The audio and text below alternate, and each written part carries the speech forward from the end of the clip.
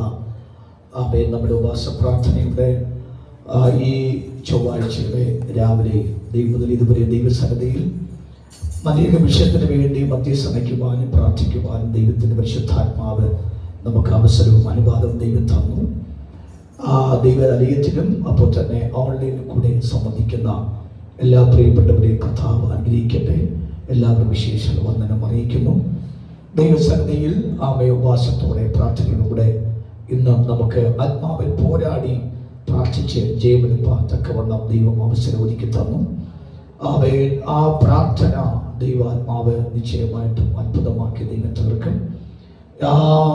ലൂക്കോസിന് ശേഷം 5-ാം അധ്യായത്തിൻ്റെ 33-ാമത്തെ വാക്യത്തിനകത്ത് എൻ്റെ മെസ്സേജ് അല്ല, ജസ്റ്റ് ഒന്ന് ഞാനൊന്ന് വായിപ്പിക്കുന്ന വാക്ക് വായിച്ച് 33:5-33. അവർ അവനോട്, യോഹന്നാന്റെ ശിഷ്യന്മാർ കൂടെ കൂടെ ഉപവസിച്ച് പ്രാർത്ഥന കഴിച്ചു വരുന്നു. യോഹന്നാന്റെ ശിഷ്യന്മാർ കൂടെ കൂടെ ഉപവസിച്ച് പ്രാർത്ഥന കഴിച്ചു വരുന്നു. മതി. യോഹന്നാന്റെ ശിഷ്യന്മാർക്ക് ഒരു പ്രത്യേകതയുണ്ട്. അവർ ഇടയ്ക്കിടയ്ക്ക് എന്ത് ചെയ്യും? ഉപവസിക്കുന്നതാണ്. അപ്പൊ ഇടയ്ക്കിടയ്ക്ക് ഉപവസിക്കുന്നത് ഈ യോഹന്നാൻ തന്നെ ആരാ? ഒരു തീയാണ്, അല്ലെങ്കിൽ ആത്മശക്തി പ്രാപിച്ചവനാണ്. തൻ്റെ വാസം തന്നെ മരുഭൂമിയിലാണ്. കഴിക്കും തന്നെ എന്താണ്? വെട്ടുക്കിളിയും കാട്ടുതേനുമാണ്. ചുരുക്കി പറഞ്ഞു കഴിഞ്ഞാൽ ഹേരോദാവായിരുന്നു തൻ്റെ ഏറ്റവും വലിയ ശത്രു എന്ന് പറയുന്ന വാക്ക്. അപ്പോൾ ഹേരോദാവ് ശക്തമായ ശത്രുവായിട്ട് നിൽക്കുമ്പോൾ ആ ഹേരോദാവിന്റെ ശക്തിയോട് ആത്മനിയോഗത്താൽ എതിർക്കണമെങ്കിൽ പ്രത്യേകിച്ചൊരു അഭിഷേകം ആവശ്യമാണ്. ഇനി അങ്ങനൊരു പോരാട്ട വീര്യമുള്ള ഒരു യോഹന്നാൻ സ്നാപകനാണ് എന്നതുകൊണ്ട് തൻ്റെ കൂടെ നിന്ന ശിഷ്യന്മാരും തന്നോടൊപ്പം നിൽക്കണമെങ്കിൽ പോലും എന്തെടുക്കണം? ഉപവാസം അത്യാവശ്യമാണ്. മനസ്സിലാവുന്നുണ്ടോ? ഒന്നുകൂടി പറയാം. ഒരിക്കലും ഒരു സോഫ്റ്റ് വേർഡ് അല്ലായിരുന്നു യോഹന്നാൻ സ്നാപകന്റെ വേർഡ്.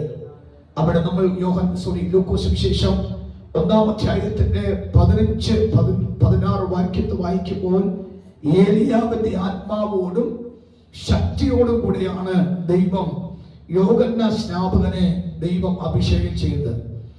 അപ്പൊ അതുകൊണ്ട് അന്നത്തെ ഏറ്റവും കൂടുതൽ തനിക്ക് ശത്രുത ഉളവാക്കി വന്നത് ഹേരോദാവാണ്. അതുകൊണ്ട് ആ ഹേരോദാവിനെ അതിജീവിക്കണമെങ്കിൽ കൂടെ എന്ത് വേണം? ഉപവാസം ആവശ്യമാണ് എന്നത് കാര്യം. അപ്പോൾ കൂടെ ഉപവസിക്കുന്നത് ആത്മാവിൽ ശക്തി പ്രാപിക്കാൻ കഴിയും. സ്വതന്ത്രം മനസ്സിലാവും അത് പറയാന വാക്ക്. അപ്പോൾ ഇനി ഓർത്തോണം, നാട്ടുകാരും ശത്രുപാളയുമെല്ലാം നമ്മളെ നോക്കിയിരിപ്പുണ്ട്. ഉപവസിച്ച് ഞങ്ങളെ ചെയ്യണമൊക്കെ കപ്പാസിറ്റി പുള്ളിക്കുണ്ടോ, ഞങ്ങൾ അതിജീവിക്കാൻ തക്കണം പറ്റുന്ന വ്യക്തിയാണോ എന്ന് സാത്താനും ഇങ്ങനെ നോക്കിക്കൊണ്ടിരിക്കുകയാണ്. അതുകൊണ്ട് ഒരു ചെറിയ തെളിവാണ് വായിച്ചത്. യോഹന്നാന്റെ ശിഷ്യന്മാർ കൂടെ ഉപവസിക്കുന്നു. യേശുവിന്റെ ശിഷ്യന്മാരെ കുറിച്ച് പറഞ്ഞ നിന്റെ ശിഷ്യന്മാർ എന്താണ് ഉപവസിക്കാത്തത് വാക്ക്? യേശുവിന് പറഞ്ഞ മറുപടി ഇതാകുന്നു, മണവാളൻ കൂടെ ഉള്ളത് കൊണ്ട് തോഴന്മാർക്ക് എന്ത് ചെയ്യേണ്ട? ഉപവസിക്കേണ്ട ആവശ്യം. പക്ഷെ മണവാളൻ വിട്ടു പോകുമ്പോൾ ഉപവസിക്കണമെന്ന വാക്ക് പറയുന്നു. അപ്പോൾ ഇതിന്റെ അർത്ഥം ഞാൻ ആശയം പറഞ്ഞ വാക്ക്, ഇടയ്ക്കിടയ്ക്ക് ഉപവസിക്കുന്നത് നമ്മുടെ ഉൾക്കരുത്ത് വർദ്ധിപ്പിക്കാൻ തക്കവണ്ണം നമുക്ക് അത് വലിയൊരു ശക്തിയാണ്. അതുകൊണ്ട് നിയോഗം ദൈവാത്മാവ് തന്നാൽ ആ നിയോഗത്തെ നിയോഗമായിട്ട് എന്ത് ചെയ്യണം? കാണണം. അതിന് ശരീരത്തെ നോക്കരുത്, സാഹചര്യം നോക്കരുത്, മറ്റൊന്നും നോക്കരുത്. ആ ദൈവ നിയോഗത്തെ ദൈവ നിയോഗമായി കണ്ട് അതിന്റെ പുറകിൽ ഒരു ദൈവവിടുതലുണ്ട്. ആ ഉപവാസത്തിന് പുറകിൽ ഒരു അത്ഭുതമുണ്ട്. ആ ഉപവാസത്തിന് പുറകിൽ ഒരു മറുപടി ഉണ്ട്. ആ ഉപവാസത്തിന് പുറകിൽ ഒരു ഉയർച്ച നമുക്ക് പ്രാപിക്കാൻ കഴിയും. അതുകൊണ്ട് ദൈവമക്കൾ അതിന്റെ മുഖവിലേക്ക് എടുക്കുന്നു എന്ന് ഞാൻ മനസ്സിലാക്കിക്കൊണ്ട് ദൈവസന്നിധിയിൽ ദൈവിക ദൂതലേക്ക് ഞാൻ നീ പ്രവേശിപ്പത്തക്കവൻ കർത്തനാമത്തിൽ ആഗ്രഹിക്കുന്നു. കഴിഞ്ഞ ദിവസം നമ്മൾ ആത്മാവിൽ ഉപവസിച്ച് പ്രാർത്ഥിച്ചു. കൃപാവന പകർച്ചകൾ നമുക്ക് പ്രാപിപ്പാൻ കർത്താവ് അവസരം ഒരുക്കി. കർത്താവ് അനുവദിച്ചാൽ ഈ വരുന്ന വെള്ളിയാഴ്ച രാവിലെയും വൈകുന്നേരം ഇരുന്നാൽ കൊള്ളാമെന്ന് എനിക്കുണ്ട്. മറ്റേ തിരക്കില്ലെങ്കിൽ ദൈവമക്കൾ വെള്ളിയാഴ്ച ദിവസം കൂടി കണ്ടെത്തിയെടുക്കുവാൻ തക്കവണ്ണം താല്പര്യപ്പെടുക. ശനിയാഴ്ച നമ്മുടെ സെക്ഷന്റെ കൂട്ടായ്മ മീറ്റിംഗ് ആണ് നമ്മുടെ നാലാഴ്ച ചർച്ചിൽ വെച്ച്. അപ്പോൾ ദൈവമക്കൾ അതിനുവേണ്ടി ഉത്സാഹിക്കുക എന്ന് ഓർപ്പിക്കുന്നു. വായിക്കാം. നാം ഇന്ന് രാവിലെ ചിന്തിപ്പാൻ ആഗ്രഹിക്കുന്ന ഒരു വചനത്തിന്റെ വെളിപ്പാട് ഇത്രയാകുന്നു. കൊലോസ്യ ലേഖനം 1-ാം അധ്യായത്തിന്റെ 23-ാമത്തെ വാക്യം. കൊലോസ്യ ലേഖനം 1-ാം അധ്യായത്തിന്റെ 23-ാമത്തെ വാക്യം. ആകാശത്തിന് കീഴെ സകല സൃഷ്ടികളുടെയും ഇടയിൽ ഘോഷിച്ചു, പൗലോസ് എന്ന ഞാൻ ശുശ്രൂഷകനായി തീർന്നും നിങ്ങൾ കേട്ടുവരിക്കുന്ന സുവിശേഷത്തിന്റെ പ്രത്യാശയിൽ നിന്ന് നിങ്ങൾ ഇളകാതെ അടിസ്ഥാനപ്പെട്ടവരും സ്ഥിരതയുള്ളവരുമായി വിശ്വാസം നിലനിന്നുകൊണ്ട് അങ്ങനെ അവന്റെ മുമ്പിൽ നിൽക്കും. അപ്പോൾ സ്ഥിരതയ്ക്കകത്ത് എന്തുണ്ട്? ഒരു നിൽപ്പുണ്ട്. ആരുടെ മുമ്പിൽ? ദൈവത്തിന്റെ മുമ്പിൽ ഒരു നിൽപ്പുണ്ട്. നമ്മുടെ ഈ മാസത്തെ ദൈവിക സന്ദേശമാണ് ഏതാണ്? വായിച്ചേ 33:6 യെശയ്യാപ്രവാചക പുസ്തകം 33-ാം അധ്യായത്തിന്റെ 6-ാമത്തെ വാക്യം വായിച്ചിട്ട് നമുക്ക് ഈ ദൂതിലേക്ക് വരാം. സ്തോത്രം. വായിച്ചേ 33:6. നിന്റെ കാലത്ത് സ്ഥിരതയും, നിന്റെ കാലത്ത് ഒരു സ്ഥിരതയും, രക്ഷാസമൃദ്ധിയും, 2 രക്ഷാസമൃദ്ധിയും, ജ്ഞാനവും, 3 ജ്ഞാനവും, പരിജ്ഞാനവും, 4 പരിജ്ഞാനവും ഉണ്ടാകും. അടുത്ത വാക്യം യഹോവഭക്തി, യഹോവഭക്തി അവരുടെ നിക്ഷേപമായിരിക്കും. ഇതാ നമ്മൾ 5-ാം മാസത്തേക്ക് എടുത്ത വചനത്തിന് വെളിപ്പാട്. അത് ഓൺലൈൻ കൂടെ നമുക്ക് അതുകൊണ്ട് പ്രാപിച്ചെടുക്കുവാൻ കാരണമായി ഈ ദിവസത്തെ ആദ്യ സഭാരനയ്ക്ക് അതെനിക്ക് ശുശ്രൂഷിക്കാൻ കഴിഞ്ഞിട്ടില്ല. എങ്കിലും നമ്മൾ ഓൺലൈനിൽ കൂടി ആ വെളിപ്പാടുകൾ പ്രാപിച്ചെടുത്തു. ഇന്ന് ആ വചനത്തിന്റെ മറ്റു രൂപമാണ് നാം വായിച്ചു കേട്ട വാക്ക്. സ്ഥിരത എന്ന വാക്കാണ്. നിന്റെ കാലത്ത് ഒരു സ്ഥിരത ദൈവം നൽകും. അതുമായിട്ട് ബന്ധപ്പെട്ടുള്ള ഒത്തിരി ആശയങ്ങൾ നമ്മൾ കഴിഞ്ഞ ദിവസങ്ങളിൽ നമുക്ക് ഉണ്ടാകുവാനിടയാക്കി. അതിനകത്ത് സ്റ്റെബിലിറ്റി എന്ന വാക്കുണ്ട്, സ്ഥിരത, ഉറപ്പ് എന്ന വാക്കുണ്ട്, അതുപോലെ ഡ്യൂറബിലിറ്റി എന്ന വാക്ക്, ദൃഢത എന്ന വാക്കുണ്ട്. അപ്പോൾ സ്റ്റെബിലിറ്റി എന്ന വാക്കുണ്ട്. ആത്മാവിൽ ഒരു ശക്തി ഉണ്ട്. അപ്പോൾ തന്നെ സ്ഥിരതയ്ക്കകത്ത് ഒരു വർഷങ്ങൾ പഴക്കമുള്ള ആ ദൃഢതമായ യഹോവ ഭക്തന് അതാണ് വാക്കുകൾ, ദൃഢതയുണ്ട്. അപ്പോ ഈ സ്ഥിരതയ്ക്ക് നിന്റെ കാലത്ത് ഒരു സ്ഥിരത നൽകും എന്ന വാക്ക് പറയുമ്പോൾ തന്നെ അതിനകത്തൊരു ഡ്യൂറബിലിറ്റി ഉണ്ട്. വർഷങ്ങൾ നീണ്ടു നിൽക്കുന്ന ഒരു ധൈര്യമുണ്ട്. ഏതൊരു കമ്പനിയും ഏതൊരു പ്രോഡക്റ്റും അത് പുറത്തേക്ക് വരുമ്പോൾ അവർ 5 വർഷത്തെയോ 10 വർഷത്തെയോ 30 വർഷത്തെയോ ഒക്കെ കാര്യങ്ങൾ പറയുമ്പോഴാണ് കസ്റ്റമേഴ്സ് അത് വാങ്ങുവാൻ തക്ക താല്പര്യമാക്കി. എന്നാൽ ഇവിടെ വിശുദ്ധ പുസ്തകം ഓഫർ ചെയ്യുന്ന സ്ഥിരത എന്ന് പറയുന്നത് തലമുറയായി നിൽക്കുന്ന ഒരു നിലവാരമാണ്. ഒന്നുകൂടി കൊലോസ്യ ലേഖനം 1-23-ാമത്തെ വാക്യം വായിക്കാമല്ലോ. ആകാശത്തിന് കീഴെ സകല സൃഷ്ടികളുടെയും ഇടയിൽ ഘോഷിച്ചും പൗലോസ് എന്ന ഞാൻ ശുശ്രൂഷകനായി തീർന്നും നിങ്ങൾ കേട്ടുവരുന്ന സുവിശേഷത്തിന്റെ പ്രത്യാശയിൽ നിന്ന് നിങ്ങൾ ഇളകാതെ അടിസ്ഥാനപ്പെട്ടവരും സ്ഥിരതയുള്ളവരുമായി വിശ്വാസത്തിൽ നിലനിന്നുകൊണ്ട് അങ്ങനെ അവന്റെ യേശുവിന്റെ മുമ്പിൽ നിൽക്കും എന്ന പദമാശം. ആ വാക്യത്തെ ഗൗരവം മനസ്സിലാക്കണം. ഈ 23-ാമത്തെ വാക്യത്തിന്റെ ഒരു ആശയം കൂടി ബോധ്യപ്പെട്ട ശേഷം ഞാൻ വെളിപ്പാട് പറയാം. ഒന്ന്, ഒരിക്കൽ പൗലോസ് യേശുവിനെ കണ്ടിട്ടില്ല. കണ്ടോ? പൗലോസ് യേശുവിനെ കണ്ടോ? ഉയർത്തെഴുന്നേറ്റ യേശുവിനെ മാത്രമേ കണ്ടുള്ളൂ. പത്രോസും യോഹന്നാനും കണ്ടതുപോലെ യേശുവിനെ കണ്ടിട്ടില്ല. പക്ഷെ ഒരിക്കൽ പൗലോസ് പറയുന്നു, അപ്പോസ്തലത്വം എനിക്ക് ലഭിച്ചു എന്ന വാക്ക്. ഈ അപ്പോസ്തലത്വം ലഭിച്ചുവെന്ന് കേട്ടപ്പോൾ അത് പത്രോസിന്, യോഹന്നാന്, യാക്കോബിന് ഇഷ്ടപ്പെട്ടില്ല. കാര്യം, ഞങ്ങൾ 3.5 വർഷം രാവും പകലും അവന്റെ കൂടെ സഞ്ചരിച്ചിട്ടാണ് എന്ത് കിട്ടിയത്? ഈ അപ്പോസ്തലത്തെ കിട്ടിയത്. പക്ഷെ ഇവൻ വന്നിട്ട് പെട്ടെന്ന് ഞാനും അപ്പോസ്തലനല്ലയോ എന്ന വാക്ക് പറഞ്ഞപ്പോൾ പത്രോസിന് അത് ഇഷ്ടപ്പെട്ടില്ല. സ്തോത്ര. അതുകൊണ്ട് പത്രോസിനും യോഹന്നാനും യാക്കോബിനും ഇഷ്ടപ്പെടാത്തത് കൊണ്ട് തന്നെ പിടിച്ചു നിർത്തിയത് ബർന്നബാസായിരുന്നു. ബർന്നബാസ് പറഞ്ഞു, നിങ്ങൾ ഉദ്ദേശിക്കുന്ന പോലെയല്ല. അവന് ദമസ്കോസിൽ വെച്ച് കർത്താവ് ഡയറക്റ്റ് ആയിട്ട് പ്രത്യക്ഷനായതുകൊണ്ട് അവൻ 3 വർഷം കണ്ടു കാണാതെ അവൻ ഇരുന്നു. അവിടെ പോയിട്ട് അവൻ യൂദൻ വീട്ടിൽ പാർക്കുകയായിരുന്നു. അവിടെ പോയിട്ട് ഒരു ദൈവദാസൻ പോയി പ്രാർത്ഥിച്ചു. അവന് വേണ്ടി അവൻ പ്രാർത്ഥിച്ചു. ദൂത് പറഞ്ഞപ്പോൾ അവനെ കണ്ണുമൊത്ത തുറന്നു. അങ്ങനെ കണ്ണു തുറന്ന ശേഷമാണ് അവൻ സമർപ്പിക്കപ്പെട്ട ശുശ്രൂഷകനായി മാറിയ ശേഷം അവൻ ജാതികൾക്ക് പ്രവാചകനായിട്ടും പുരോഹിതനായിട്ടും അപ്പോസ്തലനായിട്ടും അഭിഷേകം ചെയ്തു. അതിനുശേഷം ബർന്നബാസ് പറഞ്ഞ ശേഷമാണ് ഒരു ചെറിയൊരു അയവെങ്കിലും ഇവർക്കൊരു ചിന്ത ഉണ്ടായി.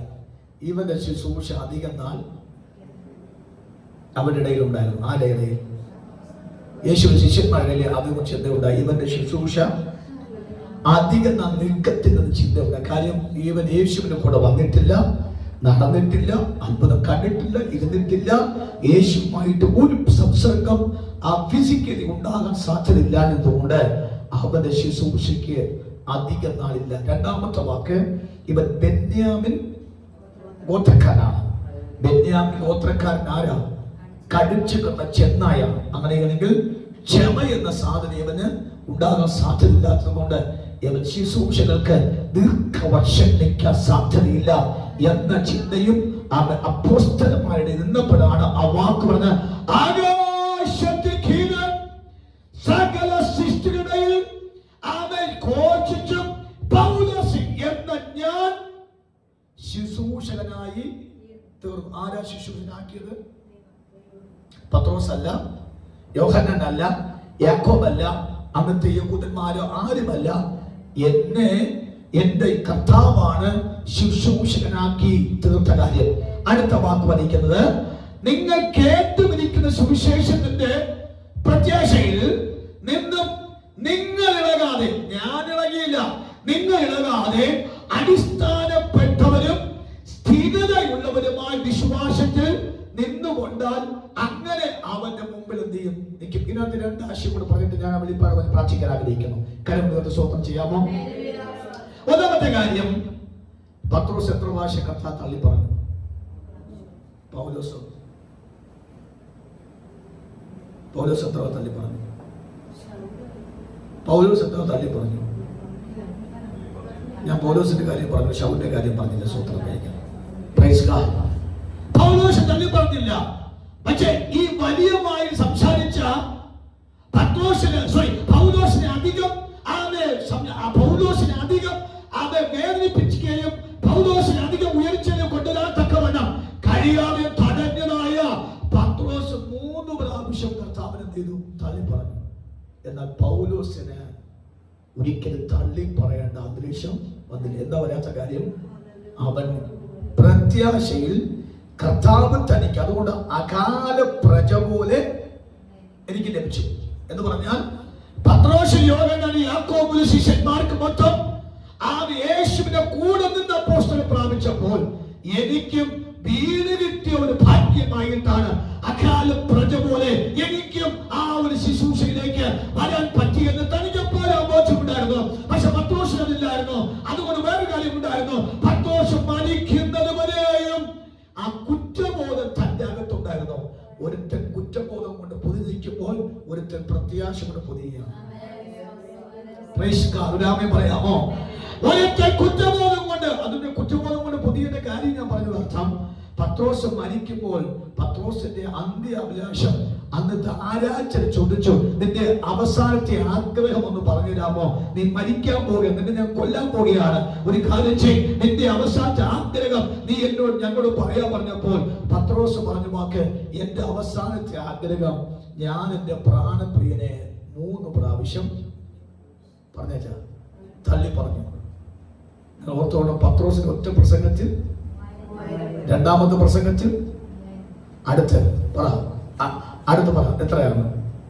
5000 പിന്നെ രക്ഷിക്കപ്പെടുന്നവർ ദിവസം പ്രതി ഇങ്ങനെ ഒത്തിരി പോരാ. എങ്കിൽ പത്രോസിന് 1-2 ലേഖനങ്ങൾ വായിച്ചു കഴിഞ്ഞാൽ ലുസ്ത്രയിലും ദെർബയിലും ഒക്കെ പോയി കർത്താവിനെ വൻകാരം ചെയ്ത് സഭ സ്ഥാപിച്ചു. വിശേഷത മൊത്തം അപ്പോസ്തലത്വത്തെ 1-ാം സ്ഥാനം ലഭിച്ചു.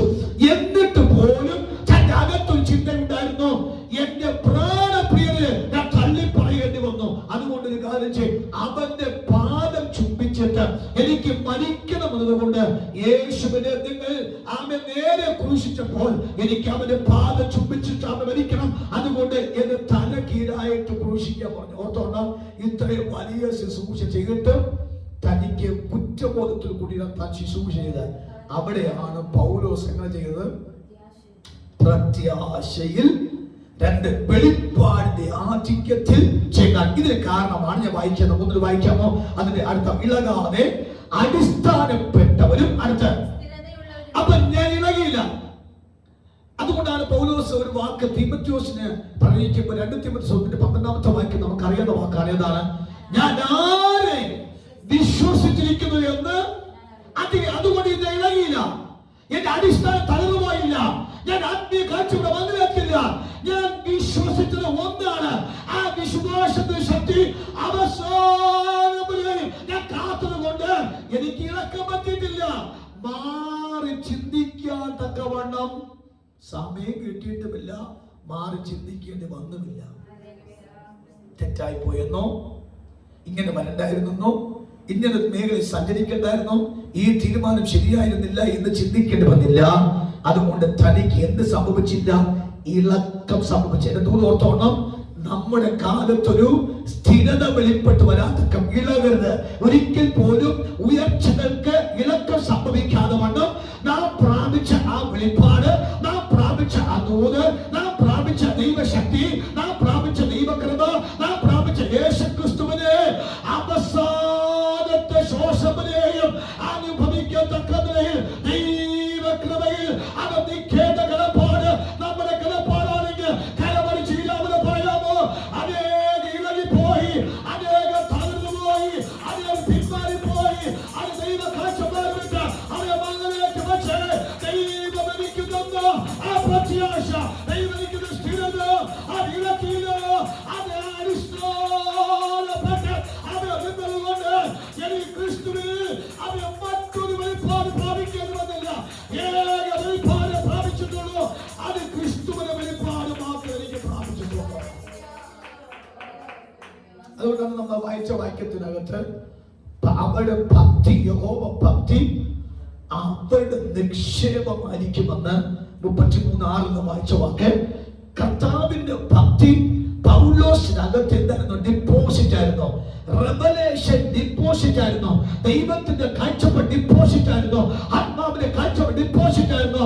അങ്ങനെ ഡിപ്പോസിറ്റ് കൊണ്ട് തന്റെ അകം പൊതിയപ്പെടുന്നതുകൊണ്ട് അവൻ തനിക്കൊരു കാര്യം അറിയാം, എനിക്ക് ഇളക്കം സംഭവിക്കില്ല, മാറി ചിന്തിക്കേണ്ടി വരത്തില്ല. ദൈവം എന്നോട് പറഞ്ഞ വാഗ്ദത്തങ്ങൾ ദൈവം പൂർത്തീകരിക്കുക. ഈ 5ാമത്തെ മാസം ആത്മാവിൽ പറയാ, ഇവനോ തീരുമാനം ദൈവം എടുക്കുന്ന കാലമത്രേ. ഇവനൊരു അവകാശം അത് നമുക്ക് വേണ്ടി തരുമെങ്കിൽ അത്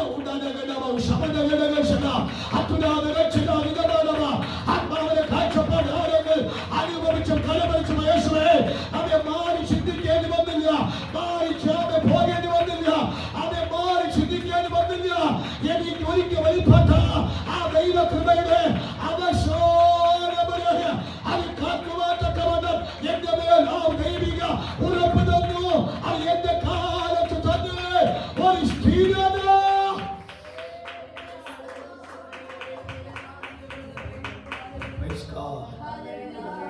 ആ ഒരു ഇളക്കാത്ത സ്ഥിരത പൗലോസിന് ഉള്ളതുകൊണ്ട് പൗലോസിന്റെ ആദ്യത്തെ ശിഷ്യൻ ആരായിരുന്നു? തീമോഥെയോസ്. ആ തീമോഥെയോസ് ആരായിരുന്നു? വിശ്വാസത്തിൽ ഉറപ്പുള്ള ഒരു ദൃഢ ശക്തിയുള്ള കുടുംബത്തിൽ അംഗത്തെ കിട്ടി. ഞാൻ അവിടെ ഒരു വെളിപ്പാട് ഞാൻ പറയാം, നിങ്ങൾ ആ ദൂതെടുക്കണം. ഇളകാതെ നിന്നതുകൊണ്ടും സ്ഥിരപ്പെട്ട് നിന്നുകൊണ്ടും തനിക്ക് ലഭിച്ച ആത്മീക ബന്ധം എന്ന് പറയുന്നത് ആരായിരുന്നു?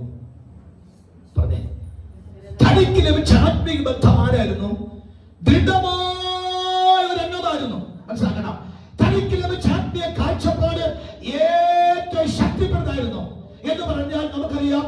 2 തീമോഥെയോസ് 2-5 വാക്യം പറയുന്നു, ആ വിശ്വാസം നിന്റെ വലിയമ്മ ലോബിസിനും അമ്മ യുനീക്കിനും കണ്ടു, അത് നിന്നിലും ഉണ്ടെന്ന് എനിക്ക് ഉറപ്പുണ്ട്. സ്വന്തം ആ വാക്കിനോർത്തോണം.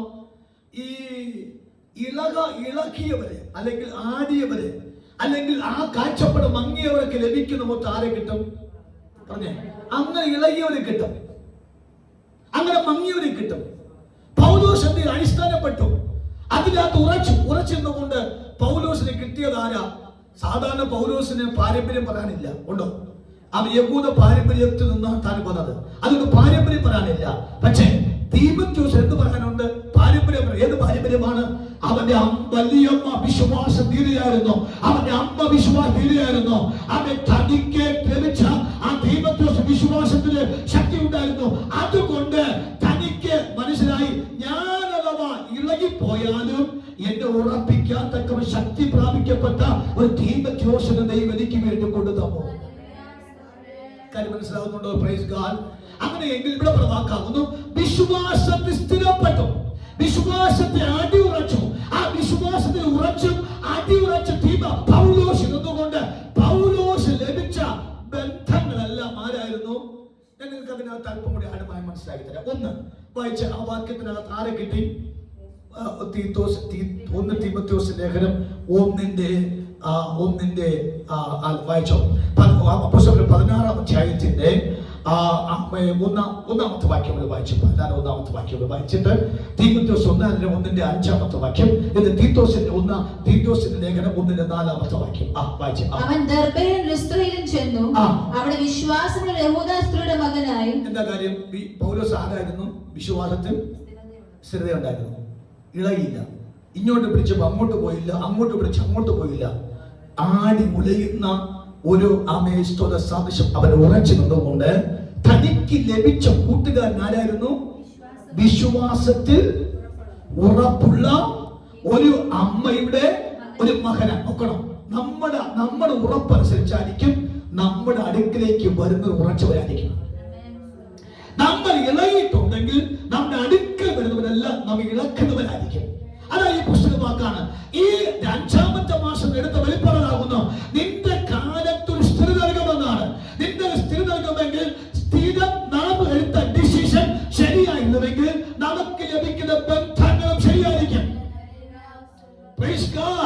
നാം എടുത്ത തീരുമാനം ശരിയാണെങ്കിൽ നമുക്ക് ലഭിക്കുന്ന ബന്ധങ്ങൾ സ്ഥിരമായിരിക്കും. അതുകൊണ്ട് വാക്കാണ് ലുസ്ത്രയും ദർബയിലും പോയി സഞ്ചരിച്ചു പോയപ്പോൾ വിശ്വാസമുള്ളൊരു യഹൂദ സ്ത്രീയുടെ മകനായ തീമോഥെയോസിനെ കണ്ടു. ആ കണ്ടപ്പോൾ അടുത്ത വാക്ക് വായിച്ചേ. അവന്റെ അപ്പ യവനനായിരുന്നു. അവൻ ലുസ്ത്രയിലും ഇക്കോനിയിലുമുള്ള സഹോദരന്മാരാൽ നല്ല സാക്ഷ്യം കൊണ്ടവനായിരുന്നു. ആ ദൂതന്റെ വെളിപ്പാട് പൗലോസിനെ കുറിച്ച്, അല്ലെങ്കിൽ ശൗല എന്ന പൗലോസിനെ കുറിച്ചുള്ള വാക്കാകുന്നു. ക്രിസ്ത്യാനികൾ ഉപദ്രവിക്കുന്നവരുടെ പേര് വന്നു. പക്ഷെ അത് തിരുത്താൻ തക്കവണ്ണം ഒരു തീമോഥെയോസിനെ കിട്ടിയത് വിശ്വാസമുള്ള ഒരു പ്രാർത്ഥനക്കാരിയായ, നല്ല സാക്ഷ്യമുള്ള, ഒരു നല്ല സ്വഭാവത്തിന് ഉടമസ്ഥനായ തീമോഥെയോസിനെ കിട്ടി. ഇത് രാവിലെ നിങ്ങളുടെ ആത്മാവിൽ ദൂതായിട്ട് വിളിച്ചു പറയാം, നമ്മുടെ തീരുമാനം അനുസരിച്ചായിരിക്കും നമുക്ക് ലഭിക്കുന്ന ബന്ധങ്ങൾ. നാം തീരുമാനം അനുസരിച്ചായിരിക്കും നമുക്ക് വരുന്ന ഉയർച്ചകൾ. നാം തീരുമാനം അനുസരിച്ചായിരിക്കും നമുക്ക് ലഭിക്കുന്ന ഉയർച്ച നേട്ടങ്ങൾ.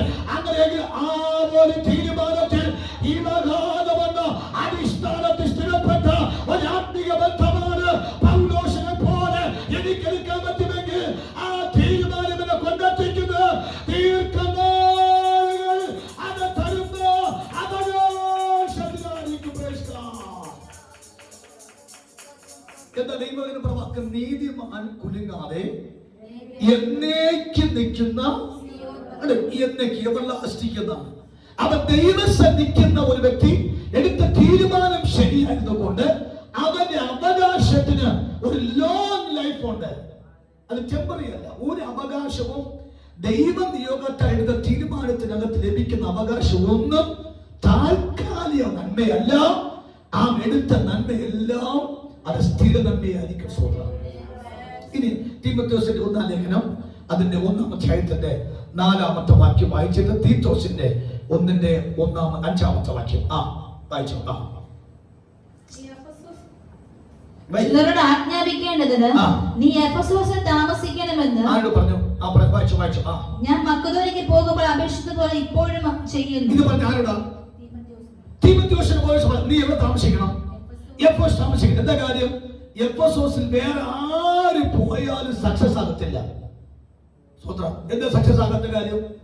എഫെസോസിൽ ഇരിക്കുന്നത് വേറൊരു പിശാചാണ്. ഏത് പിശാച്? സ്ത്രീ പിശാചാണ്. അർത്തമിസ് പിശാചാണ്. ഈ അർത്തമിസ് പിശാച് എല്ലാവരും വശീകരിച്ച് ദൈവകൃപയിൽ നിന്നും ദൈവ സ്നേഹത്തിൽ നിന്നും ദൈവ തീരുമാനത്തിൽ നിന്നും അടർത്തിക്കൊണ്ട് പിശാചാണ് അർത്തമിസ്.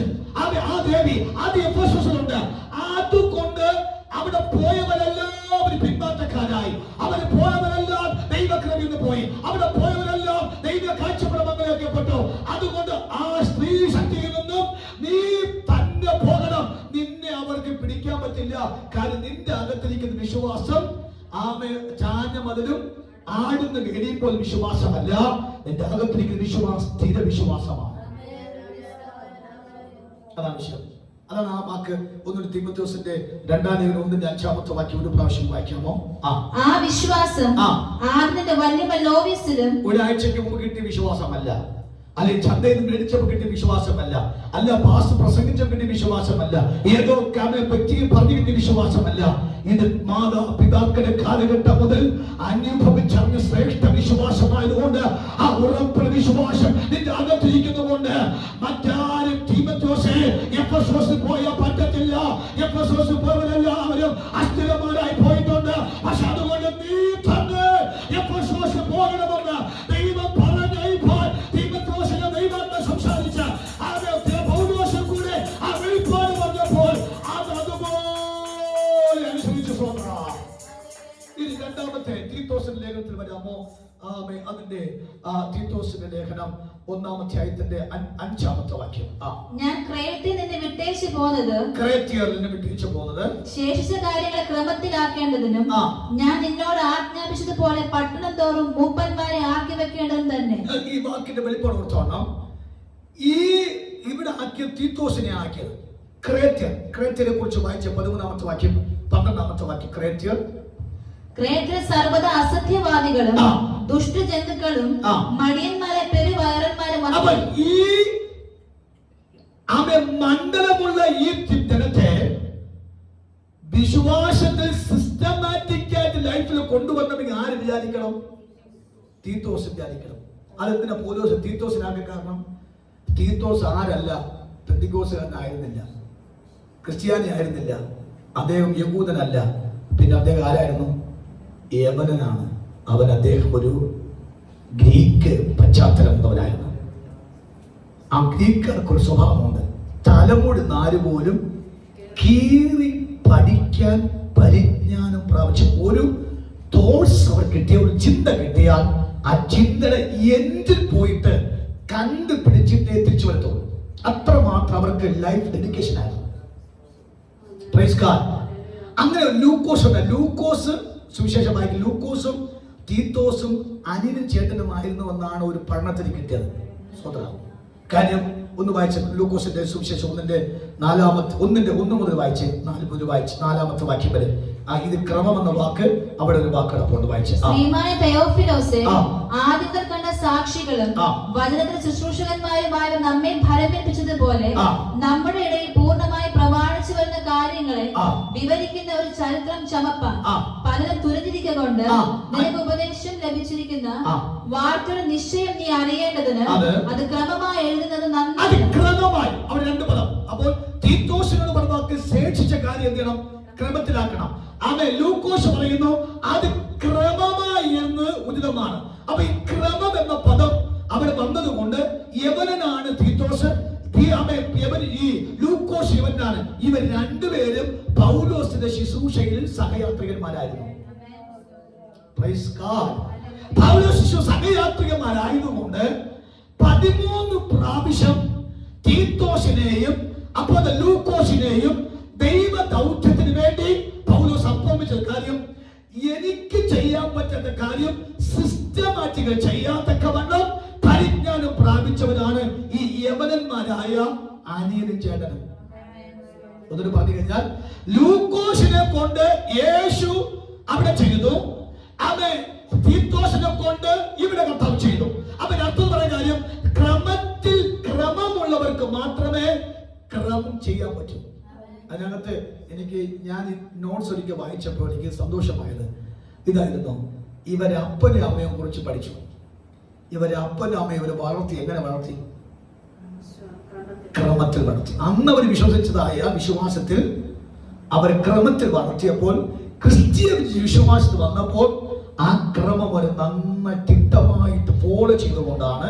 നിങ്ങൾക്കറിയാമല്ലോ 24 അധ്യായമുള്ള ലൂക്കോസ് സുവിശേഷം എഴുതിയത് ക്രമമായി എഴുതുന്നത്. അതുകൊണ്ട് മത്തായി മർക്കോസിൽ കാണാത്ത പല കാര്യങ്ങളും അവർ വിഴുങ്ങിയതെല്ലാം വളരെ ക്രമത്തോടു കൂടെ എന്ത് ചെയ്തു ലൂക്കോസ് എഴുതി വെച്ചു. ലൂക്കോസ് സുവിശേഷം 1-ാമത്തെ എത്ര അധ്യായ വാക്യമുണ്ട്? ഈ ശ്വാസം കൊണ്ട് നിന്ന് സ്വത്രം വഹിക്കാം. 80 വാക്യമുണ്ട്. ആ 80 വാക്യം 2 കുടുംബചരിത്രമാണ്. ആ 2 കുടുംബ സിസ്റ്റമാറ്റി എടുക്കാൻ നമ്മൾ ഞെട്ടിപ്പോ അത്രമാത്രമാണ്. ആ 24 അധ്യായം വായിച്ചു കഴിഞ്ഞാൽ ഭയങ്കര അറിവ്. യേശു ആരായിരുന്നു, യേശു എന്തിനു വന്നു, യേശുവിന്റെ ആ ഭാവി പദ്ധതി എന്താണ്, അതിനെപ്പറ്റി ഈ മത്തായി യഹൂദന്മാരെ പ്രീതിപ്പെടുത്താൻ തക്ക പറഞ്ഞു. അവൻ മറ്റൊരു ജാതിക പ്രീതിപ്പെടുത്താൻ തക്ക വണ്ണം ആ മർക്കോസ് എഴുതി. പക്ഷേ ഒരുപാട് ക്രമമായിട്ട് ഉചിതമായി എഴുതി തന്ന മൊത്തം ആരാ? ലൂക്കോസ്. അതിനർത്ഥം ലൂക്കോസിന്റെ മൈൻഡ് സ്ഥിരമായിരുന്നു, അവന്റെ ലൈഫ് ഡെഡിക്കേഷൻ സ്ഥിരമായിരുന്നു. ചഞ്ചലിക്കുന്ന മനസ്സ് ആർക്കില്ലായിരുന്നു? ലൂക്കോസ്. കാര്യം നമ്മൾ ഒരു കാര്യം ഏൽപ്പിച്ചാൽ, ഞാൻ പലപ്പോഴും ബീനെ ശ്രദ്ധിച്ചിട്ടുണ്ട്, പൊങ്ങിക്കളഞ്ഞ സ്വത്രം വഹിക്കാൻ. ഒരു കാര്യം ഏൽപ്പിച്ചു കഴിഞ്ഞാൽ മടിച്ചിട്ട് സൂപ്പർ ഡിഗ്രി ആണെങ്കിൽ തന്നെയും പക്ഷെ ഒരു വിഷയം എടുത്താൽ അത് നന്നായിട്ട് എന്ത് ചെയ്യും, അത് കാസർഗോഡ് വേണമെങ്കിൽ പോയിട്ട് കണ്ടുപിടിച്ചുകൊണ്ട് വരും. പക്ഷെ ഉഴപ്പിക്കഴിഞ്ഞാൽ പിന്നെ അനങ്ങത്തില്ല അവന് സ്വത്രം വഹിക്കാൻ എന്ന് പറഞ്ഞതുപോലെ അവൻ ദൈവസന്നിധിയിൽ ഒരു ഡെഡിക്കേഷൻ ഉണ്ടായിരുന്നു. ആ ഡെഡിക്കേഷൻ അവൻ ലൂക്കോസ് ഒന്നുകൊണ്ട് ലൂക്കോസ് വളരെ സിസ്റ്റമാറ്റി എഴുതി. ഇത് എഴുതിയത് പരിശുദ്ധാത്മാവിനെ ഇഷ്ടപ്പെട്ടത് കൊണ്ടാണ്. ദൈവാത്മാവ് തന്നെ പറഞ്ഞു, പരിശുദ്ധാത്മാവിനെ ചരിത്രത്തിന്റെ പുസ്തകമായ അപ്പോസ്തല പ്രവൃത്തി എഴുതാൻ പറഞ്ഞു. ഇതിനാരാ? സ്ഥിരമാനസുള്ളതുകൊണ്ട് മാത്രമാണ്. അവ ദൗത്യം കൂടി എന്തുകൊണ്ടാണ്? ദൗത്യം കൂട്ടിത്തന്നതിന് വേണ്ടിയാ. നമ്മൾ പറയുന്നത് അല്പത്തിൽ വിശ്വസ്തനാണെങ്കിൽ അധികത്തിൽ. അപ്പോൾ നമ്മൾ ഒരു ചെറിയ കാര്യത്തെ ഏൽപ്പിക്കുമ്പോൾ ആ ചെറിയ കാര്യത്തിൽ വിശ്വസ്തത ചെയ്തു എന്ന് ദൈവത്തിന് ബോധ്യമായി കഴിഞ്ഞാൽ അധികം കാര്യത്തിലേക്ക് ദൈവം അപ്പോയിന്റ് ചെയ്യും. അതാണ് ലൂക്കോസിന്റെ കാര്യം. ലൂക്കോസിന്റെ ലൈഫ് ക്രമമായിരുന്നു, ലൂക്കോസ് ലൈഫ് സിസ്റ്റമാറ്റിക് ആയിരുന്നു. ആ സിസ്റ്റമാറ്റിക് ലൈഫ് ഉള്ളത് കൊണ്ടാണ്. ഈ ഒരു കാര്യം പറഞ്ഞുതരാം. ഈ അബ്രഹാമിനെ ദൈവം തിരഞ്ഞെടുത്തതിന് വേണ്ടിയാ. അബ്രഹാമിനെ തന്നെ തിരഞ്ഞെടുക്കാൻ കാരണം എന്താ? വായിക്കുക. ഹബക്കൂക്ക് 1-ാം അധ്യായത്തിന്റെ 6 മുതൽ വായിക്കണം. ഞാൻ ഒരിക്കൽ അത് സിസ്റ്റമായിട്ട് പറയാം, പക്ഷെ പെട്ടെന്ന് വന്നതുകൊണ്ട് ഞാൻ ആ വാക്ക് ഒന്നുകൂടി വായിക്കും. പിന്നെ വായിച്ചു.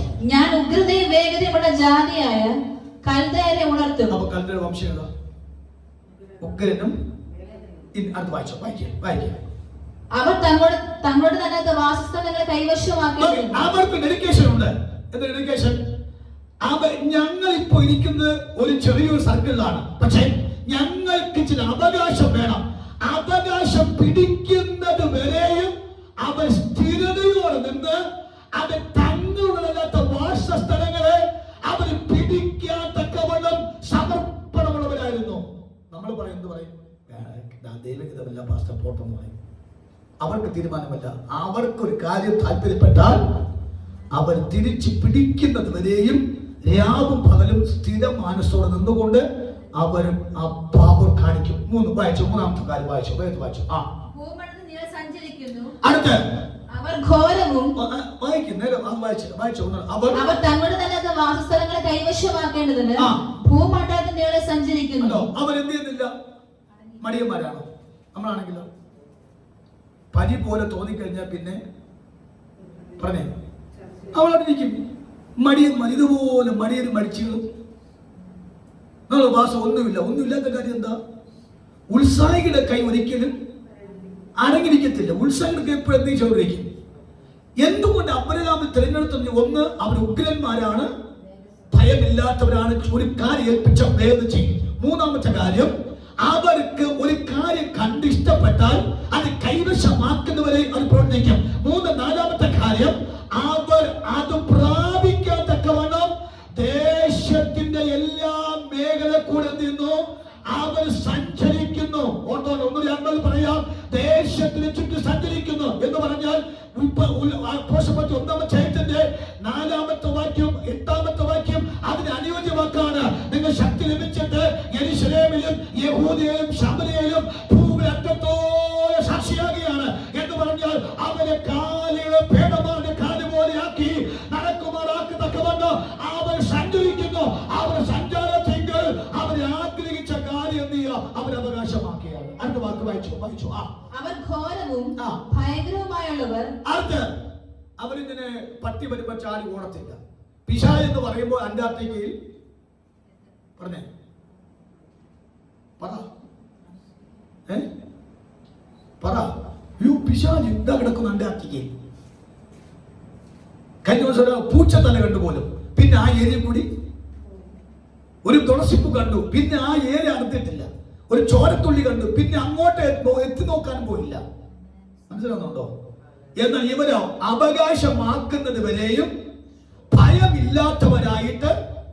ഞാന് വെള്ളിയാഴ്ച നമുക്ക് മീറ്റിംഗ് ഉണ്ടല്ലോ, വെള്ളിയാഴ്ച വരുമ്പോൾ നിങ്ങൾ ഇതിനെ എനിക്ക് എഴുതി തരണം. നിങ്ങൾ പഠിച്ച കാര്യം കൽദയർക്ക് എടുത്തിട്ട് പോകും. സ്വതന്ത്രം എഴുതി തരണം. അബ്രഹാമിനെ തിരഞ്ഞെടുക്കേണ്ട കാര്യം ഇത് എഴുതിയാൽ ഏതാ? ഹബക്കൂക്ക് 1 പുസ്തകം 1-ാം അധ്യായത്തിന്റെ 6-ാമത്തെ വാക്യം. കൽദയുടെ ക്യാരക്ടർ എന്താണ്, എന്തുകൊണ്ട് അബ്രഹാമിനെ തിരഞ്ഞെടുത്തു, അതാണ് ഞാൻ ഈ വാക്ക് പറഞ്ഞത്. നമ്മൾ ചുമ്മാതല്ല അബ്രഹാം തിരഞ്ഞെടുത്തു. അടുത്ത വാക്ക് വായിച്ചു, ഒന്ന് വായിച്ചു. അവർ ഘോരവും ഭയങ്കരവുമായുള്ളവർ. ഉണ്ടോ? പട്ടിയുടെ ശബ്ദം കേട്ട് കഴിഞ്ഞാൽ വീട്ടിനകത്ത് കയറി ഇറങ്ങി. ഒരു പാമ്പ് കയറി പോയി പോലും, പിന്നെ ആ മുറിക്കകത്ത് ഇന്നവരെ അശോകൻ ചിരിച്ചു. സ്വന്തം എന്ന് പറഞ്ഞു കഴിഞ്ഞാൽ ഇനി പാമ്പല്ല പട്ടിയല്ല. ഞാൻ നിങ്ങളൊരു കാര്യം പറയാമായിരുന്നു, ഇപ്പം പറയുന്നില്ല, പേടിക്കാൻ നിങ്ങൾ സ്വന്തം വഹിക്കാം. ചിലയിടത്തൊക്കെ ഈ തൂങ്ങിച്ചത്ത വീട്ടിൽ അഥവാ വാടകയ്ക്ക് കൊടുത്ത് വാങ്ങത്തില്ല. ആരോ പറഞ്ഞു ആ വീട് തൂങ്ങിച്ചത്ത വീടാണ് കേട്ടോ, നിങ്ങൾ ആ വീട്ടിലോട്ട്.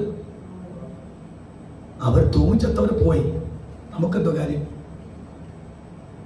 അല്ലേ?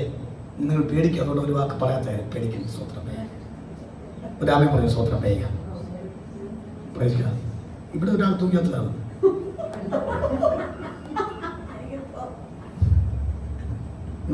വെയിറ്റ് കൂടുതലുണ്ടോ? പേടിയുണ്ടാച്ചാ ഒറ്റയ്ക്ക് ഇറങ്ങി വരാൻ ഇച്ചിരി പേടിക്കായിരിക്കും. സ്വത്രം മീനഞ്ചി വരാൻ അവിടെ നിന്ന് അന്യഭാഷ പറഞ്ഞ ഒരു സ്വത്രം ഒരു സ്വന്തം പറഞ്ഞാൽ അത് പേടിക്കുക. സ്വത്രം പേടിച്ച സ്വത്രം പേയിക്കാം. അതാണ് പേടിക്കേണ്ടത്. ചോദിച്ചു പേടിച്ചല്ലേ സ്വത്രം പേയിക്കാം. ഓക്കെ, ഞാൻ പറഞ്ഞ അർത്ഥം ഘോരവും ജേസും പേടിച്ച് സ്വത്രം പേയിക്കാം. ഇനി പാസ് എത്രയും പെട്ടെന്ന് പ്രാർത്ഥിച്ച് ഇവിടുന്ന് മാറാനുള്ള പരിപാടിക്ക് വേണ്ടി ഘോരവും ഭയങ്കരവുമായ ആരാ? ഞാനൊരു കാര്യം പറയും, വല്ല അവകാശം കിട്ടണമെങ്കിൽ ഈ സ്വഭാവം കാണിച്ചെങ്കിൽ വല്ല അവകാശം. ഞാൻ പഞ്ചപാവം പാസ്റ്റർ, ദൈവം തരുമ്പോ പാടിക്കാം. ദൈവം തരത്തുമില്ല. കൈ കെട്ടി വിട്ടിരുന്ന് കഴിഞ്ഞാൽ അങ്ങനെ കിട്ടത്തൊന്നുമില്ല. ഘോരം കാണിക്കണം. എന്തുകൊണ്ട് അബ്രഹാം തിരഞ്ഞെടുത്തു എന്നാണ് ഞാൻ പറഞ്ഞ അർത്ഥം. അടുത്ത വാക്ക് വായിക്കും. അവരുടെ ന്യായവും ശ്രേഷ്ഠതയും അവരിൽ നിന്ന് പുറപ്പെടുന്നു. അല്ലാതെ അമ്മ പുറത്തു പോയിട്ട് പഠിച്ചിട്ട് വന്നതല്ല. ആണോ? അല്ല, നമ്മള് കൊച്ചി പോയിട്ട് ഒരാഴ്ച ക്ലാസ് കിട്ടിയപ്പോഴാണ് നമുക്ക് പുതിയ ആശയം. ബിസിനസ് ക്ലാസ് കിട്ടിയപ്പോൾ ബിസിനസ് തുടങ്ങാൻ പറ. അങ്ങനെ മറ്റൊരു വ്യക്തി പഠിപ്പിച്ചിട്ടല്ല അവര് പുതിയ പദ്ധതി തയ്ക്കുന്നത്. അവരുടെ തന്നെ പുതിയ പ്ലാൻ തയ്യാറാക്കാനുള്ള പരിജ്ഞാനം അവർ പണ്ടേ പ്രാപിച്ചുവെന്നാണ്. വല്ല പിടികിട്ടിയ സ്വന്തം പറ. നിങ്ങൾ ഈ മനസ്സിൽ നിങ്ങൾ ആദ്യമായിട്ട് കേൾക്കുന്നതുകൊണ്ടായിരിക്കാം ഇങ്ങനെ ഫ്രീസ് ആയിരിക്കും സ്വത്രം വഹിക്കാം. ഓർത്തോണ്ട് നമ്മുടെ വീട്ടിൽ തന്നെ അപ്പനുണ്ട്, അമ്മയുണ്ട്, ഭാര്യയുണ്ട്, മക്കളുണ്ട്, എല്ലാവരും ഉണ്ട്. നമുക്ക് ആത്മജ്ഞാനവും സ്ഥിര മനസ്സും ഇളകാത്ത സ്വഭാവം ഉണ്ടെങ്കിൽ നമ്മുടെ വീട്ടിനകത്ത് നമുക്ക് ഉണ്ടാക്കേണ്ട പ്ലാനുകൾ നമുക്ക് തന്നെ ഉണ്ടാക്കാൻ പറ്റുമെന്നാണ് ഞാൻ ഈ പറഞ്ഞ കാര്യം. അല്ലാതെ വേറൊരു വ്യക്തി ചെയ്ത് കണ്ടിട്ട് അവര് പപ്പടം ഉണ്ടാക്കി വിറ്റോണ്ട് നമുക്ക് 2 പപ്പടം. അവർക്ക് പ്ലാനുണ്ട് പപ്പടം ഇങ്ങനെ ഉണ്ടാക്കുന്നവൻ. കഴിഞ്ഞ ദിവസം മറ്റൊരു നമ്മുടെ സഭയിൽ ഇരുന്ന സമയത്ത് ഉണ്ണിയപ്പം ഉണ്ടാക്കി വിറ്റു. ആരോ ഉണ്ണിയപ്പം ഉണ്ടാക്കി വിൽക്കുന്നുണ്ട്. ഇവരും കയറി എന്ത് ചെയ്തു? ഒരാഴ്ച നിന്നുള്ളൂ ഉണ്ണിയപ്പം. പല മനസ്സിലാവുന്നുണ്ട്. വല്ലവരും ചെയ്യുന്നത് കണ്ടിട്ട് നമ്മൾ ചെയ്ത് കഴിഞ്ഞാൽ ആദ്യത്തെ നമുക്ക് പ്ലാൻ ഇല്ല. പക്ഷെ നമുക്കൊരു പ്ലാൻ, എങ്ങനെ സ്ഥിര മനസ്സ്, അടങ്ങിയിരിക്കുന്ന ചിന്ത, ഇളകാത്ത വിശ്വാസം, ദൈവകൃപയിൽ നമുക്ക് തന്നെ വെളിപ്പാട് ഉറച്ചു നിൽക്കുന്ന ആ ഉറച്ച തീരുമാനം ഉണ്ടെങ്കിൽ നമുക്ക് ആശയങ്ങൾ മറ്റൊരു വീട്ടിൽ നിന്നല്ല നമ്മുടെ വീട്ടോട് വരുന്നത്, മറ്റൊരു സഭയിൽ നിന്നല്ല നമ്മുടെ സഭയിൽ വരുന്നത്. നമ്മുടെ തന്നെ ആശയങ്ങൾ ഉണ്ടാക്കാൻ തക്കവണ്ണമുള്ള പരിജ്ഞാനമില്ല. അതിന് നമുക്ക് വേണ്ടത് എന്താണ്?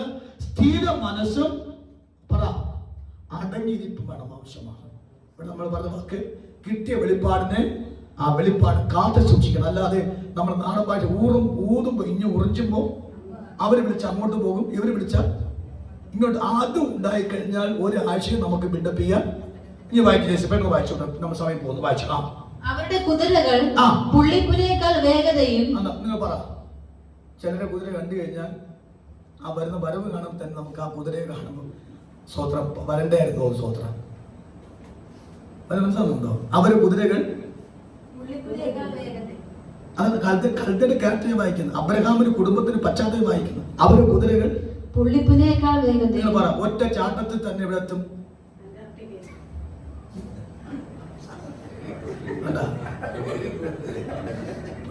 അതാണ് നമുക്കിട്ട് പണി ചെയ്യാൻ സ്വതന്ത്രം വൈകാൻ. ശരി, അന്റാർട്ടിക് എത്തി. ബീരചാടം നിന്ന് കഴിഞ്ഞാൽ കേശവൻസ് പോലും എത്താത്ത. ഞാൻ ബീന നടക്കാൻ പോയി കഴിഞ്ഞാൽ ഞാനവിടെ പോയി മിശ്ര ചായ കുടിച്ച് ആമയെ പലരും വെച്ച് ഉറങ്ങിയാലും ബീന എത്തത്തില്ല സ്വതന്ത്രം വഹിക്കാൻ. ഓക്കെ, ഞാൻ അർത്ഥമാണ് അവരെ കുതിരകൾ എന്താണ്? പുള്ളിപ്പുലിയെക്കാളും. നിങ്ങൾ പറ, ഇതല്ലേ ദൈവം അബ്രഹാം തിരഞ്ഞെടുത്തത്? ഉറക്കം തൂങ്ങി തിരഞ്ഞെടുത്തോ? അലസന്മാർ തിരഞ്ഞെടുത്തോ? മടിയന്മാർ തിരഞ്ഞെടുത്തോ? പറ. നമുക്ക് പല നന്മകളും പ്രാപിക്കാത്ത കാര്യം എന്തില്ല? സ്ഥിരത. ചില പാട്ട് കേൾക്കുമ്പോൾ നമുക്ക് ഇളക്കമുണ്ടാവും, ചില ദൂത് ഇളക്കമുണ്ടാവും. വീട്ടിൽ പോകുമ്പോൾ ആളൊക്കെ ഇത് അടക്കണം. പിന്നെ പിറ്റേ ആഴ്ച വരുമ്പോൾ നമുക്ക് തോന്നും വീണ്ടും പാസ്റ്റ് ജാക്കി വെച്ച് കൈയടി, ബഹളം വയ്ക്കുക, പാട്ടുപാട്, കല്ലുരി പറ, വീശി, കൈ വീശി, ചാട്, ഇങ്ങനെ പറയുന്ന സ്ഥിര കാഴ്ചപ്പാടുണ്ടെങ്കിൽ ഒറ്റ പ്രാവശ്യം പ്രാപിക്കുന്ന വെളിപ്പാട് മതി. അത് അവര് തന്നെ കത്തിച്ച് മേൽപോട്ട് കയറ്റും. അവൻ ഉറക്കവും തുങ്ങത്തില്ല, മയക്കവും വരത്തില്ല, ആത്മധൈര്യപ്പെടും. അതുകൊണ്ട് അവരുടെ കുതിരകൾ പുള്ളിയെ കാട്ട് വേഗത പറയുന്നതുകൊണ്ടാണ് ദൈവം കൽദയ കുലത്തിനകത്ത് നിന്നും അബ്രഹാമിനെ ദൈവം വിളിച്ചുവെങ്കിൽ ഈ രാവിലെ ഒരു സ്ഥിര മനോഭാവം, സ്ഥിര കാഴ്ചപ്പാട് നമ്മുടെ അകത്ത് പരിശുദ്ധ തന്നാൽ ഈ 2026 ഈ മെയ് മാസം 5-ാം തീയതി ഒരു പ്രാവശ്യം കൂടി ദൂത് പ്രഖ്യാപിക്കുന്നു. അവ എനിക്കും അതുപോലെ ശക്തിയും അതേപോലെ ബലവും എന്റെ അകത്തെ തന്നാൽ അവ എനിക്ക് അവകാശം മറ്റൊരു പ്രാപിക്കുന്നതിനേക്കാൾ അധികം പ്രാപിപ്പാൻ ദൈവത്തിന്റെ മേൽ അഭിഷേകത്തെ നൽകും. ഞാൻ ഇതിനെ നന്നായിട്ട് ഒരിക്കൽ ശുശ്രൂഷിക്കാം. ജയ്സ് അത് വായിച്ച് പെട്ടെന്ന് വിട്ടോ, പെട്ടെന്ന് വായിച്ചോട്ടെ. വൈകുന്നേരത്ത് ചെന്നായ്ക്കളെക്കാൾ ഉഗ്രതയും ഉള്ളവ. വൈകുന്നേരത്ത് ചെന്നായ്ക്കൾ ഒറ്റയ്ക്ക് പോകും, കൂട്ടമായി പോകും. നമ്മുടെ ബാക്കി പറ. ഒരാൾ പ്രാർത്ഥിക്കാൻ വിളിച്ചാൽ പോലും എന്തില്ല? അവകാശം പ്രാപിക്കാൻ തക്കവിടെ എന്തില്ല? ഒരുമതയില്ല, ഐക്യതയില്ല. അവരെ ചെന്നായി ഒരു ഇരയെ പിടിക്കാൻ തക്കണം പോകുന്നത് വൈകുന്നേരം കൂട്ടമായി പോകും. അതുകൊണ്ട് എന്നറിയാമോ? കൽദയ കുലത്തിനകത്ത് ഒരൊറ്റ ദരിദ്രരില്ലെന്നാണ് ചരിത്രം പറയുന്നത്. മനസ്സിലാവുന്നുണ്ടോ? കൽദയ കുലത്തിനകത്ത് ഒരു ദാരിദ്ര്യന്മാരില്ലായിരുന്നു. കൽദയ കുലത്തിനകത്ത് ഒരു ശൂന്യൻ അനുഭവിക്കുന്നുണ്ടായിരുന്നു. കൽദയ കുലത്തിനകത്ത് അവർ കാഴ്ചപ്പാട് പ്രാപിച്ചാൽ, ഒരു കാഴ്ചപ്പാട് കിട്ടിക്കഴിഞ്ഞാൽ, ഒരു തോർച്ച കിട്ടിക്കഴിഞ്ഞാൽ അത് കൈവശമാക്കുന്നവരെയും രാത്രിയെന്നോ പകൽ വ്യത്യാസമില്ലാതെ വന്ന അവർ സമർപ്പണമുള്ളവരായിരുന്നു. അവർ സ്ഥിര മനസ്സുണ്ടായിരുന്നു, സീസൺ മൈൻഡില്ലായിരുന്നു. ഈ രാവിലെ നമ്മുടെ സീസൺ മൈൻഡ് വെളിപ്പെടുന്നത് കൊണ്ടാണ് ദാരിദ്ര്യം മാറുന്നില്ല, ശൂന്യത മാറുന്നില്ല, പരാജയങ്ങളുടെ ജീവിതത്തെ ഫോളോ ചെയ്യുന്നു.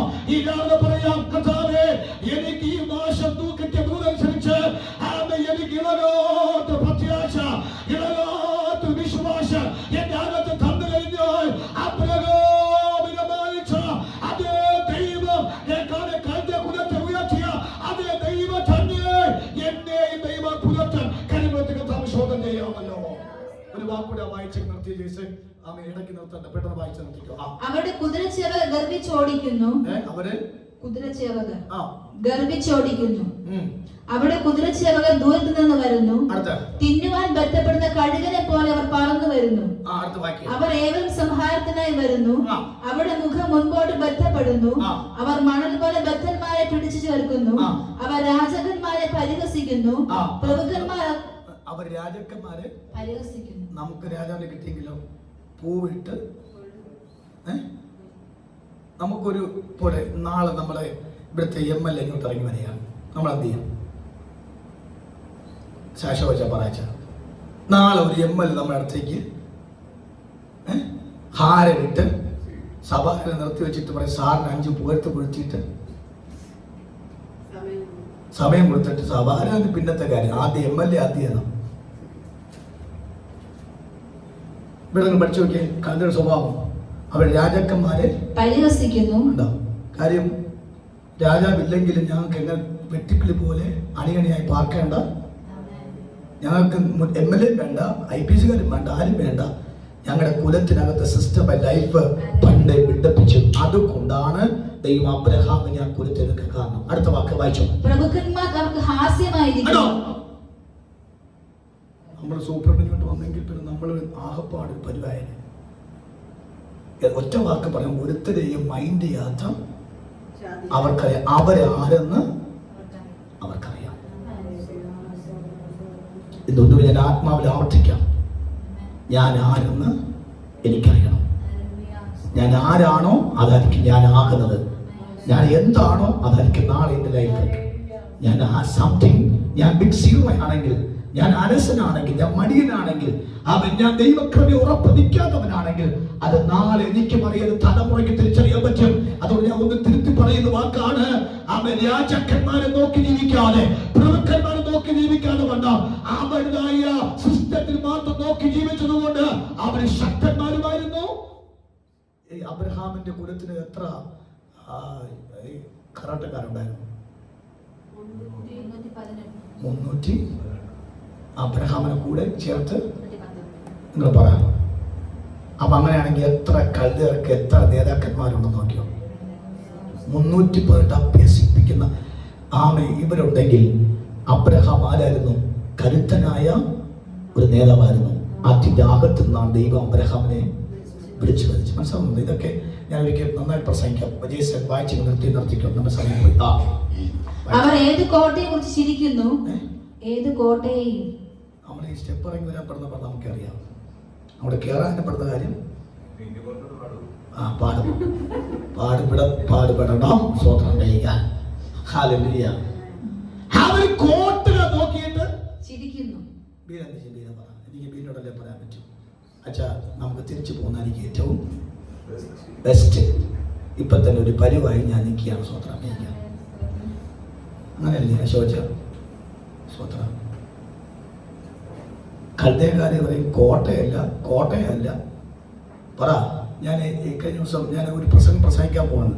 അത് പിന്നെ പ്രസംഗിച്ചോളാം. ഈ താബോറിനെ കുറിച്ചും അപ്പോൾ തന്നെ അതിൻ്റെ പേര് ഹെർമോനെ കുറിച്ചും ഒരു നോട്ട്സ് എനിക്ക് കിട്ടി.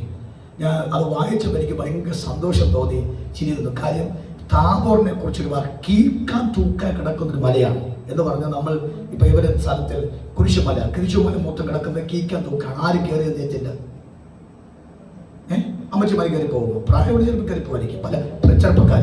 പക്ഷെ ഇങ്ങനെ നിൽക്കുന്ന മലയ്ക്കകത്ത് കയറാൻ പറ്റും. നമ്മൾ പോയിട്ട് പറയാം ടാറ്റ പോകുന്നു കേട്ടോ. പക്ഷെ അതുപോലും കൽദയർക്ക് എന്താ? അതിനെ കണ്ട് പരിഹസിച്ചെന്നാണ്. നിങ്ങളൊരു പ്രശ്നമല്ലെന്നാണ് അർത്ഥം. പിടികിട്ടിയായിരുന്നു എന്ന് പറഞ്ഞാൽ ആ കോട്ടകൾ നോക്കിയിട്ട് ചിരിക്കുന്നു. എന്തിനു പറയും? ഈ കോട്ടയല്ല, ഇതിനെക്കാട്ടി വലിയ കോട്ടയം പിടിച്ചടക്കാൻ ഞങ്ങൾക്ക് എന്തുണ്ട്? ഞാൻ നിങ്ങൾ ബൂസ്റ്റ് ചെയ്ത് വിടുകയാണ്. ഇത് കേട്ടിട്ട് കണ്ട് ഉറങ്ങാനല്ല ഞാൻ പറഞ്ഞ വാക്ക്. ഇത് കേട്ടിട്ട് നമ്മുടെ അകത്ത് ദൂത് പ്രാപിക്കാൻ സ്വതന്ത്രം നയിക്കാൻ. അടുത്ത വാക്ക് വായിച്ചു. അവർ മണ്ണ് കുന്നിച്ച് അതിനെ പിടിക്കും. അന്ന് അവൻ കാറ്റുപോലെ അടിച്ചു കടന്ന് അതിക്രമിച്ച് കുറ്റക്കാരനായി തീരും. സ്വന്തം ശക്തിയായിരുന്നു അവന് ദൈവം. അവർക്കൊരു മനോഭാവം ഉണ്ടായിരുന്നു. അവർക്ക് എന്തുണ്ട്? അവർക്ക് സ്വന്തം ശക്തിയിൽ അവര് വിളിക്കും. അവർക്ക് വിത്തൗട്ട് ഗോഡാണ്, ദൈവമില്ല. പക്ഷെ എങ്കിൽ പോലും അവർ ലൈഫ് എന്തായിരുന്നു? സിസ്റ്റമാറ്റിക് ആയിരുന്നു. എന്നാൽ അതുകൊണ്ടാണ് അബ്രഹാം യഥാർത്ഥ ദൈവത്തെ കാണാൻ വന്നപ്പോൾ അബ്രഹാം ഒരു തരി പോലും പിന്മാറിപ്പോകാതെ അബ്രഹാം ഉറച്ചു നിൽക്കാൻ കാരണം. ഞാൻ കാര്യം മനസ്സിലാവുന്നുണ്ടോ? ഈ കുലത്തിനകത്തുനിന്നാണ് ഒരു ക്രിസ്തീയ വിശ്വാസത്തെ ഉയർത്തിക്കൊണ്ടുവന്നത്. നമ്മുടെ ബേസിക് വിശ്വാസികളുടെ പിതാവെന്നല്ലേ റോമലേഖനം 4 പറഞ്ഞ വാക്ക്. അങ്ങനെയാണെങ്കിൽ അബ്രഹാമിനെ വിശ്വാസി പിതാവാക്കി മാറ്റിയെങ്കിൽ ആ പിതാവിന്റെ അകത്തുനിന്ന് വന്ന തലമുറകൾ നമ്മൾ ആരാ? അവൻ കരുത്തന്മാരെന്ന് പഠിക്കണം. അവർ അനശന്മാരല്ലായിരുന്നു, അവർ മടിയന്മാരല്ലായിരുന്നു. അവരെടുത്ത വിശ്വാസത്തിൽ ഉറപ്പുണ്ടായിരുന്നു. അവർ ചാഞ്ഞമതിൽ മാറുന്ന വേദിയല്ലായിരുന്നു. അതുകൊണ്ട് അബ്രഹാം ഉറച്ചു നിന്നതുകൊണ്ട് അവന്റെ തലമുറകളെ ദൈവം ദേശത്ത് വൻപന്മാരാക്കി മാറ്റി. നിങ്ങൾ നോക്കിയേ, ഇസ്രായേലിന്റെ ചരിത്രം നിങ്ങൾ പഠിച്ച്, ഇസ്രായേലിന്റെ ഹിസ്റ്ററി നമ്മൾ പഠിച്ചു നോക്കിയേ. കേവലം കേരളത്തിന് അത്ര പോലും വലിപ്പമില്ലാത്ത ഒരു ചെറിയ രാജ്യം അവൻ ലോക ശക്തിയുടെ മുമ്പിൽ കീഴ്പ്പെടുക്കാമേ കിടപിടിക്കേണ്ട കരുത്തു പ്രാപിച്ച് നിൽക്കുന്നതിന്റെ പുറകിൽ അബ്രഹാമിന്റെ കുലത്തിന്റെ ശക്തിയാണ് ഇന്ന് ഇസ്രായേൽ കാണിക്കുന്ന ഏറ്റവും വലിയ കരുത്താണെങ്കിൽ അവൻ ലോക ചരിത്രത്തിൽ അബ്രഹാമിന്റെ തലമുറയെ മാറ്റി നിർത്താൻ കഴിയത്തില്ല എങ്കിൽ അവൻ നമ്മൾ എത്ര ഭാഗ്യവന്മാരാണ്. അവിടെ ഞാനൊരു കാര്യം പറയാം, ഈ മാസത്തെ വചനത്തിന് വെളിപ്പാട് നന്നായിട്ട് പഠിക്കണം. പഠിച്ചിട്ട് കിടന്ന് ഉറങ്ങണം. പിന്നെ പ്രാർത്ഥിക്കണ്ട, അത് പിന്നത്തെ കാര്യം, അത് ആക്ഷൻ ആക്കണം. നിങ്ങൾ പ്രാർത്ഥിച്ച് ഒരു പരിവായിരിക്കാം, സ്വത്രം വഹിക്കാം. പ്രാർത്ഥിക്കണ്ട, അത് ആക്ഷൻ കാണിച്ചാൽ, അത് എനിക്ക് പ്രവൃത്തി കാണിച്ചാൽ മതി. നമ്മളെല്ലാത്തിനും എന്താണ് തുടർന്ന് പിടിക്കുന്നതല്ല, എവിടെ അതിന് നേട്ടമുണ്ടോ? സ്വത്രം പുരുഷായി പോകുന്ന അല്ലാതെ ഒരു നേട്ടമില്ല. ആക്ഷൻ ആക്ക്, വിശ്വാസത്തിന് ആക്ഷൻ കാണിക്കുക.